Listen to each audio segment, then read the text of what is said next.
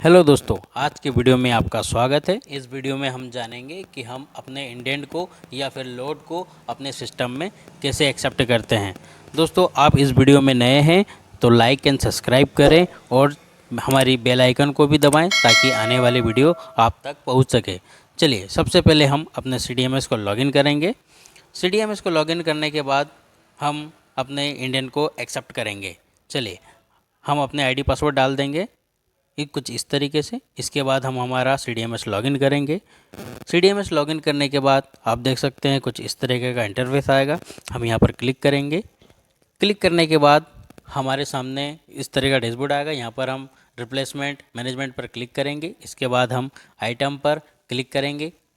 इसके बाद आप देख सकते हैं यहाँ पर हमारा लोड का जो भी इनवॉइस है वह यहाँ पर दिख जाएगा। हमें इसे कॉपी करना है। कॉपी करने के बाद हम चेक मार्क पर क्लिक करेंगे, फिर व्यू डिटेल करेंगे। व्यू डिटेल में हम देख सकते हैं कि हमारे सामने जो भी ट्रक आया है उसमें कितनी टंकी आई है और कौन सी टंकी आई है हमारे पास, 19 किलो, 14 किलो की या फिर 5 किलो की। हम यहाँ पर चेक करेंगे सबसे पहले कि हमारे पास कौन सी सिलेंडर आए हुए हैं। इसके बाद हम क्वांटिटी को चेंज करेंगे। यहाँ पर 0 लिखेंगे। उसके नीचे हम जो भी क्वांटिटी आपके पास आई है, जैसे मेरे केस में 340 आई है, इसलिए मैं नीचे 340 लिखूँगा क्योंकि ये DBTL में है। इससे सब्सिडी ट्रांसफ़र होती है। इसके बाद हम देखेंगे नीचे हमारी 19 किलो है, उसके नीचे हमारे 5 किलो है। इसके बाद हम राइट साइड में देखेंगे, हम यहाँ पर 0 लिखेंगे। सभी में हम यहाँ पर 0 फिल कर देंगे। 0 फिल करने के बाद हम नीचे आप देख सकते हैं थोड़ी सी डिटेल चेक करने के बाद, ताकि कोई गलती ना हो। चेक करने के बाद हम नीचे सबमिट वाले ऑप्शन पर क्लिक कर देंगे। इस तरीके से हमारा आप देख सकते हैं ओके करेंगे। इस तरीके से हमारी जो इंडेंट है वो हमारे सिस्टम पर एक्सेप्ट हो चुकी है। इसके बाद हमें आइटम को रिटर्न करना होगा, मतलब जो टंकी आई है उतनी टंकी हमें वापस भी भेजना होगा। इसके लिए हम आइटम रिटर्न पर क्लिक करेंगे। इसके बाद हम यहाँ पर इनवॉइस नंबर डालेंगे जो हमने कॉपी किया था। इसके बाद जिस डेट को हमारा बिल जनरेट हुआ है हमें वह डेट यहाँ पर फिल करना होगा। फिल करने के बाद हम फेच करेंगे। फेच करने के बाद आप देख सकते हैं हम यहाँ पर फेच करेंगे। फेच करने के बाद फिर से हमारे सामने वही सारी डिटेल ओपन होगी। हम यहाँ पर सभी चेक मार्क पर क्लिक करेंगे। फिर हमारा यहाँ पर क्वांटिटी डालेंगे कि हमने अपने सिस्टम में कितनी क्वांटिटी एक्सेप्ट की है। उसके बाद आप नीचे देख सकते हैं जितने भी आपके पास सिलेंडर आए सभी की हमें क्वांटिटी यहाँ पर डालनी होगी। इसके बाद हम राइट साइड में थोड़ा सा स्क्रॉल करेंगे।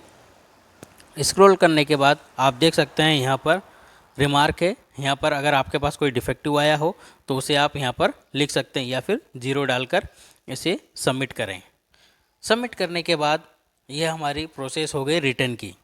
रिटर्न की प्रोसेस कंप्लीट करने के बाद अब हमें डिलीवरी चालान बनाना है। चालान बनाने के लिए हम देख सकते हैं हमारे लेफ़्ट साइड में आपको 4th नंबर पर एक ऑप्शन है डिलीवरी चालान का। हम इस पर क्लिक करेंगे। इस पर क्लिक करने के बाद आप देख सकते हैं हमारे सामने कुछ इस तरीके का इंटरफेस आएगा। इस तरीके से आने के बाद हम देख सकते हैं यहाँ पर हमें इनवॉइस नंबर फिर से पेस्ट करना है। इसके बाद जिस डेट में हमारा बिल बना है वह डेट हम यहाँ सेलेक्ट करेंगे। इसके बाद हम सर्च करेंगे या फिर फेच करेंगे। फेच करने के बाद थोड़ी सी प्रोसेस लगेगी, जिसके बाद हमारे सामने आप देख सकते हैं सभी सिलेंडर की क्वांटिटी आ जाएगी, जिसमें हमें कितना रिटर्न करना है यह हमें फिर से यहाँ पर लिखना होगा। यहाँ पर जैसे मैंने मेरी यहाँ पर 340 लिखा है, इसके बाद 2 सिलेंडर, इसके बाद 7 सिलेंडर।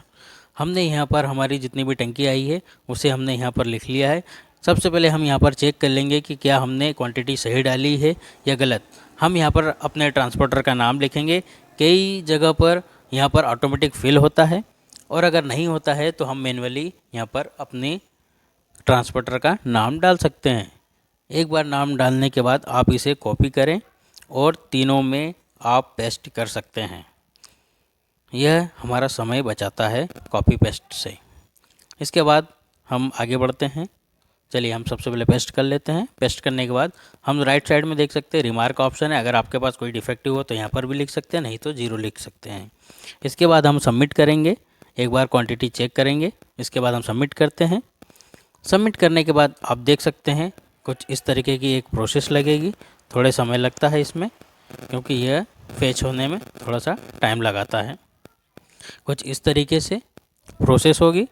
प्रोसेस होने के बाद आप देख सकते हैं यह ओके यहाँ पर करना है, क्योंकि यह सबमिट हो चुका है। इसके बाद हम प्रिपेयर चालान पर क्लिक करेंगे। चालान पर क्लिक करने के बाद देखिए हमारा चालान भी प्रिपेयर हो गया है। इसके बाद आप देख सकते हैं राइट साइड में हमारे पास प्रिंट का ऑप्शन है। हम यहाँ पर अपना डिलीवरी चालान हम यहाँ पर प्रिंट करेंगे। ओके पर क्लिक करने के बाद इसको प्रिंट करने के लिए हम इस पर क्लिक करते हैं और यहाँ पर प्रिंट दबाएंगे। प्रिंट दबाने के बाद आप देख सकते हैं हमारे सामने इसका प्रिंट निकल कर आ जाएगा। कुछ इस तरीके से हमारा प्रिंट का ऑप्शन आएगा। इसके बाद हम हमारा सिस्टम या फिर अपना प्रिंटर चालू करेंगे। चालू करने के बाद आपके हिसाब से आप जैसे एडजस्ट करना चाहें उस तरीके से आप यहाँ पर अपनी साइज डाल सकते हैं। डालने के बाद यहाँ पर आप प्रिंट पर क्लिक करेंगे। हमारे सिस्टम से प्रिंट होकर यह आ जाएगा। प्रिंट होने के बाद हम इस पर साइन करके हम ड्राइवर को दे सकते हैं और एक कॉपी पर हम अपने ड्राइवर का साइन करवा लेंगे, ताकि यह हमें आगे डॉक्यूमेंट के लिए रख सकते हैं। Thank you. अगर वीडियो अच्छी लगे तो लाइक एंड सब्सक्राइब करें।